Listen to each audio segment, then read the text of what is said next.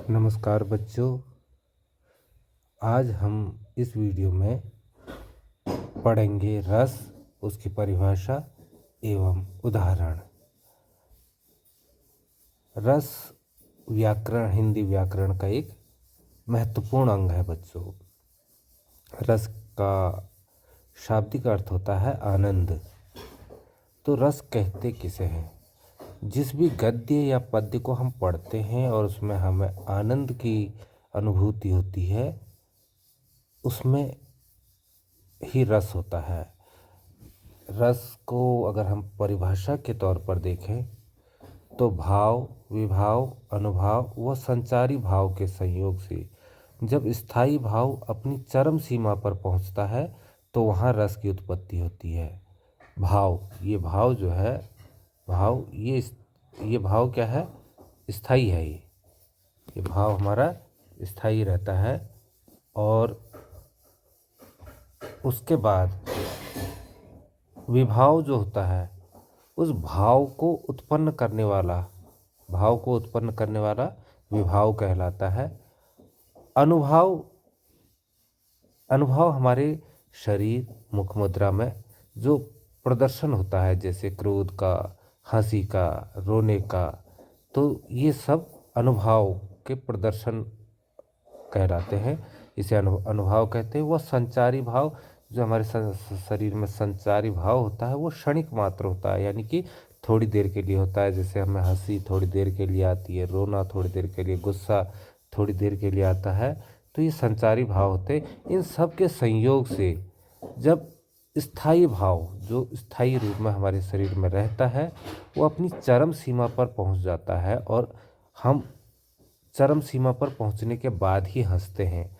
चरम सीमा पर उस स्थायी भाव के पहुंचने के बाद ही रोते हैं। चरम सीमा पर पहुंचने पर गुस्सा आता है। कहते हैं ना गुस्से में कि अब आपने मेरा गुस्सा चरम सीमा पर पहुंचा दिया, यानी कि उस सीमा पर आदमी उस का प्रदर्शन करने लगता है, वो अनुभव दिखाने लगता है। तो वहाँ पर रस की उत्पत्ति होती है। रस मुख्यतः तो होते हैं 10। 11वां रस भक्ति रस और 10वां रस वात्सल्य रस होता है। ये दोनों रस, वात्सल्य रस जो होता है, ये बच्चों के माता पिता के हृदय में उत्पन्न होता है और बड़ों के, शादीशुदा लोगों के कि जो है, जब वो अपने बच्चों की देखरेख करते हैं तो वात्सल्य रस की अनुभूति उन्हें होती है। और भक्ति रस एक शांत रस से थोड़ा सा अलग, लेकिन भक्ति मार्ग का रस है और जिसका स्थायी भाव भक्ति होता है और यह निर्वेद होता है। और वात्सल्य रस का वात्सल होता है। तो ये 10 जो रस होते हैं, कौन कौन से होते हैं? नंबर 1 श्रृंगार रस। नंबर 2 वीर रस। नंबर 3 करुण रस। नंबर 4 हास्य रस। नंबर 5 रौद्र रस। नंबर 6 भयानक रस। नंबर 7 विभत्स रस। नंबर 8 शांत रस। 9 वात्सल्य रस। 10वां भक्ति रस। और एक अद्भुत रस भी होता है, अब मैं लिखना भूल गया हूँ इसमें। तो ये रस होते हैं बच्चों। अब श्रृंगार रस की यहाँ पर बात करते हैं। तो श्रृंगार रस का स्थायी भाव होता है रति। तो हम यहाँ पर सारे रसों की परिभाषा लगभग एक ही मैंने यहाँ पर बनाई है, तो उस सब को आप याद कर सकते हो। एक ही परिभाषा से आपको सारी इस रसों की परिभाषाएं याद हो जाएंगी। केवल आपको उनका स्थायी भाव याद करना है। तो जब हम यहाँ पर बात करते हैं श्रृंगार रस की बात करते हैं, तो श्रृंगार रस, यहाँ पर श्रृंगार रस आ गया। तो श्रृंगार रस जो होता है उसको हम इस तरीके से कह सकते हैं कि भाव, विभाव, अनुभाव व संचारी भाव के संयोग से जब रति नामक स्थायी भाव अपनी चरम सीमा पर पहुंचता है तो वहाँ श्रृंगार रस की उत्पत्ति होती है। श्रृंगार रस की उत्पत्ति होती है। तो अब क्या है श्रृंगार रस? इसका स्थायी भाव है रति। ठीक है, तो रति, अब श्रृंगार रस दो प्रकार के होते हैं, एक होता है संयोग श्रृंगार और एक होता है वियोग श्रृंगार। बच्चों, आप लोग मूवी देखते हो, टीवी देखते हो, सीरियल चैनल वगैरह देखते हो, धार्मिक चैनल भी, तो यहाँ पर आपको संयोग संयोग श्रृंगार के कुछ मैंने यहाँ पर पिक्चर्स लगाए हैं। जैसे राधा कृष्ण की फ़ोटो है, तो एक साथ बैठे हुए हैं, तो इनका मूड सही है। ये हीरो हीरोइन की फ़ोटो लगी है, यहाँ पर आपस में गा रहे हैं, नाच रहे हैं, तो ये संयोग श्रृंगार। यहाँ पर जो है राधा जो है कृष्ण को देख रही है, तो ये संयोग श्रृंगार का ही एक चित्र है।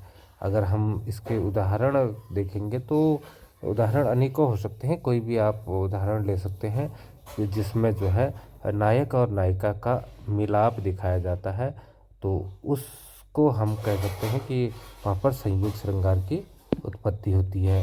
जैसे एक उदाहरण है कि कंज नयन मज्जन किए, कंज,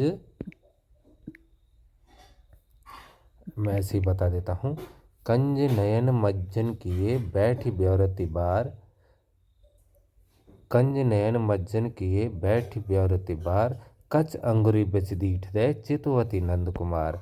कृष्ण जी एक बार जो है राधा के वहाँ पर आई, तो राधा जो है नहा करके वहाँ पर बाल छटका रही थी अपने, तो उन्होंने कृष्ण को देखने के लिए अपने केशों से, आगे के बाल थे तो केशों से उसे देखते हुए क्या करने लगी, कृष्ण भगवान को देखने लगी। तो ये संयोग श्रृंगार का एक उदाहरण है। और इसी में आते हैं हम वियोग श्रृंगार।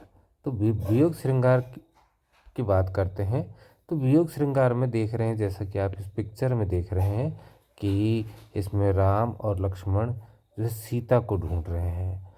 तो इस समय स्थिति वियोग की है। संयोग, अगर सीता साथ होती तो संयोग की स्थिति थी, अभी स्थिति वियोग की है। तो ये भगवान राम इन पहाड़ियों से, इन पेड़ों से, उड़ने वाले पक्षियों से और हिरणों के झुंड से कह रहे हैं कि जो है, हे खग मृग हे मधुकर श्रेणी, तुम देखी सीता मृग नयनी। यानी कि हे खग, खग माने पक्षी होता है, मृग मतलब हिरण होता है, हे खग मृग हे मधुकर श्रेणी और सुंदर पर्वत की श्रेणियों, क्या आपने मेरे, तुम देखी सीता मृग नयनी, तुमने क्या मेरे हिरण के समान आँखों वाली सीता को कहीं देखा है। तो उनके आँखों में आंसू हैं और वे रोते हुए हर किसी से सीता का पता पूछ रहे हैं। तो ये वियोग श्रृंगार का एक उदाहरण था। अब आते हैं हम, दूसरा रस है वीर रस। क्या है बच्चों? वीर रस। तो वीर रस की भी अगर परिभाषा हम यहाँ पर करते हैं तो वीर रस में क्या आ जाएगा, भाव विभाव अनुभाव और संचारी भाव के संयोग से जब, अब यहाँ पर इसका स्थायी भाव लिखना है। वीर रस का स्थायी भाव होता है उत्साह। क्या होता है? उत्साह। तो उत्साह नामक स्थायी भाव अपनी चरम सीमा पर पहुंचता है, तो वहाँ पर श्रृंगार रस की जगह अब यहाँ पर हम कर देंगे वीर रस की उत्पत्ति होती है। वीर रस की उत्पत्ति होती है। तो ये है वीर रस। वीर रस कब उत्पन्न होता है? जब कोई हमें जूस किसी चीज़ का दिलाता है या वीरता भरी बात करता है, जैसे सैनिक है, पुलिस वाले हैं। जब हमारे ये राष्ट्रीय पर्व होते हैं 15 अगस्त और 26 जनवरी, गांधी जयंती, तो इसमें बच्चे नारे लगाते हैं, तो उनमें उस समय वीर रस की उत्पत्ति होती है बच्चों। इसका उदाहरण इस चित्र में भी देख सकते हो। तुम ये कविता लिखी है कि वीर तुम बढ़े चलो, धीर तुम बढ़े चलो, हाथ में ध्वजा रहे, बाल दल सजा रहे, ध्वज कभी झुके नहीं, दल कभी रुके नहीं, वीर तुम बढ़े चलो, धीर तुम बढ़े चलो। तो ये एक उदाहरण इसका है। ऐसे ही अनेकों उदाहरण तुम्हें अनेकों कविताओं में मिल सकते हैं। तीसरे रस की बात यहाँ पर हम करते हैं बच्चों। तो तीसरा रस जो है वह है करुण रस। करुण रस, अब हम अगर करुण रस की बात करते हैं तो इसका स्थायी भाव होता है शोक। क्या होता है, शोक। तो हम अब यहाँ पर परिभाषा हमारी वही रहेगी, केवल स्थायी भाव बदल जाएगा और वो हो जाएगा शोक। शोक हो जाएगा। और यहाँ पर रस कौन सा हो जाएगा, करुण रस की उत्पत्ति होती है। कौन सी, करुण रस।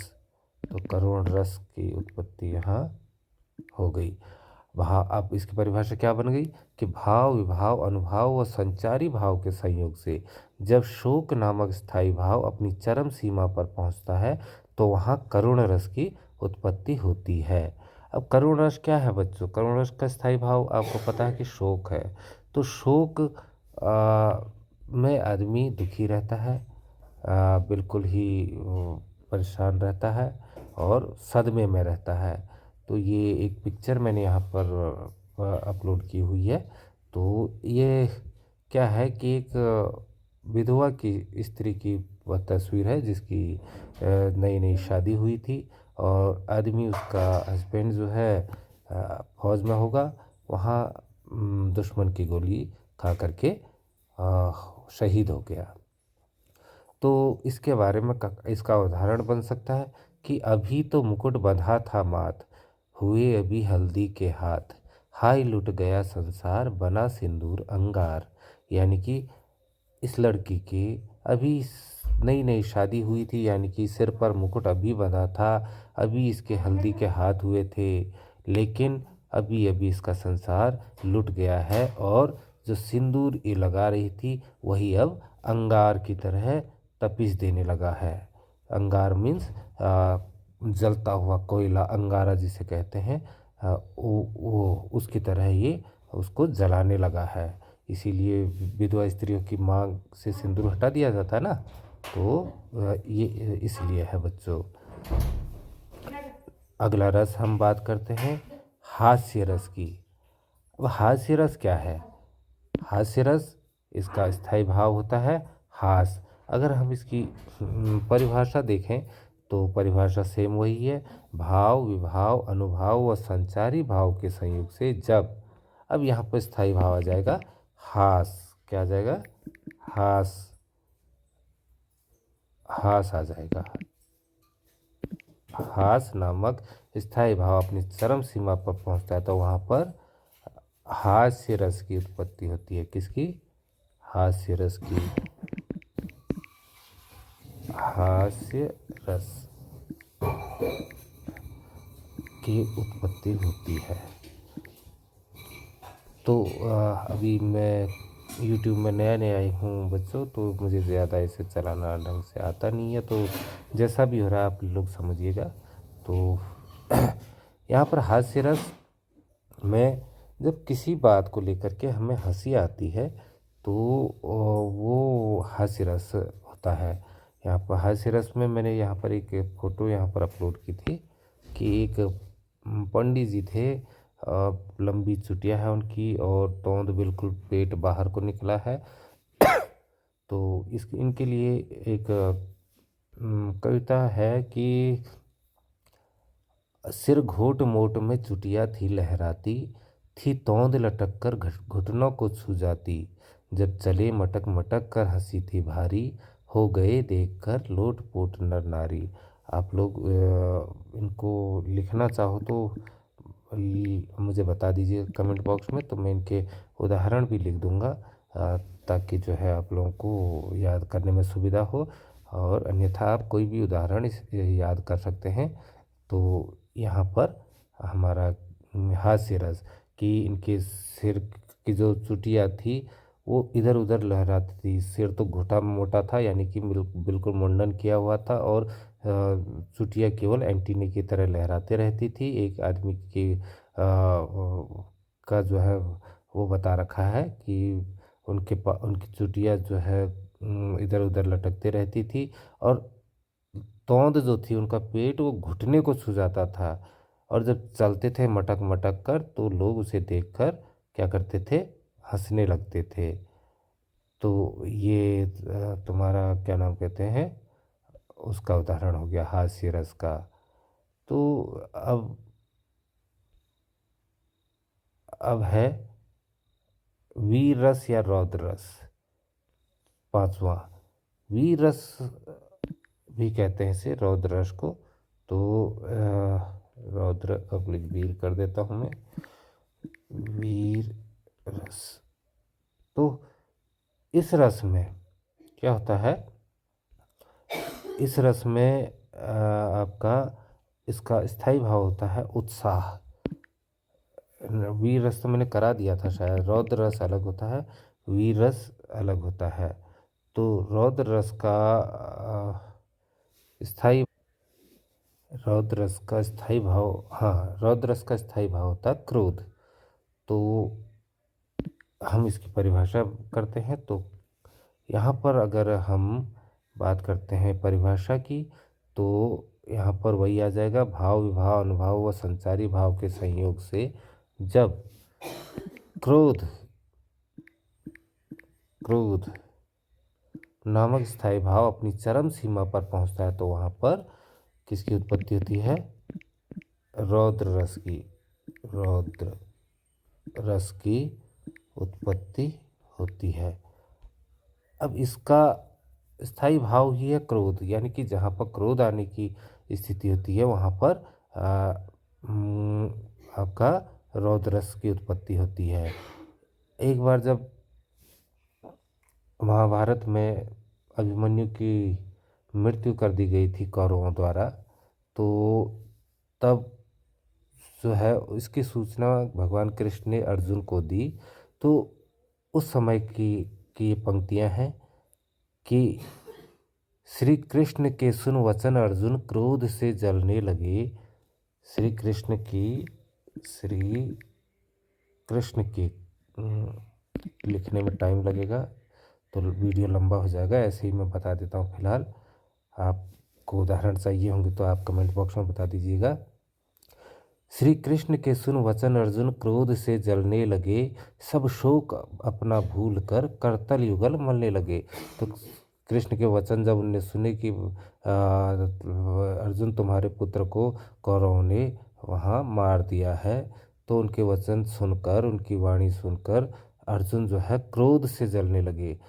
और सब शोक अपना भूल कर कि जो है वो ये किसने मारा करके जब उनने सुना कि जो है तुम्हारे पुत्र को इन इन महारथियों ने मारा है, तो वो अपना यह शोक भूल गए कि मेरा पुत्र मारा गया है। और गुस्से के मारे अपने कर तल, कर माने होता है हाथ और तल माने हथेलियाँ, तो हाथों की हथेलियों को क्रोध से मसलने लगे कि अब मैं उनसे युद्ध करूँगा। तो ये रौद्र रस का उदाहरण था। और आगे के रसों को हम अगली वीडियो में पढ़ाएंगे, क्योंकि वीडियो लंबा हो जाएगा बच्चों। तो आप हो सके तो वीडियो को लाइक कर दीजिएगा, शेयर कर दीजिएगा, और सब्सक्राइब तो आपने कर ही दिया होगा, और जिन्होंने नहीं किया है वो कर दें। और बाकी वीडियो बाद में, बाकी इस रस के बारे में अगली वीडियो में बताए जाएंगे। आपका दिन मंगलमय हो बच्चों। धन्यवाद।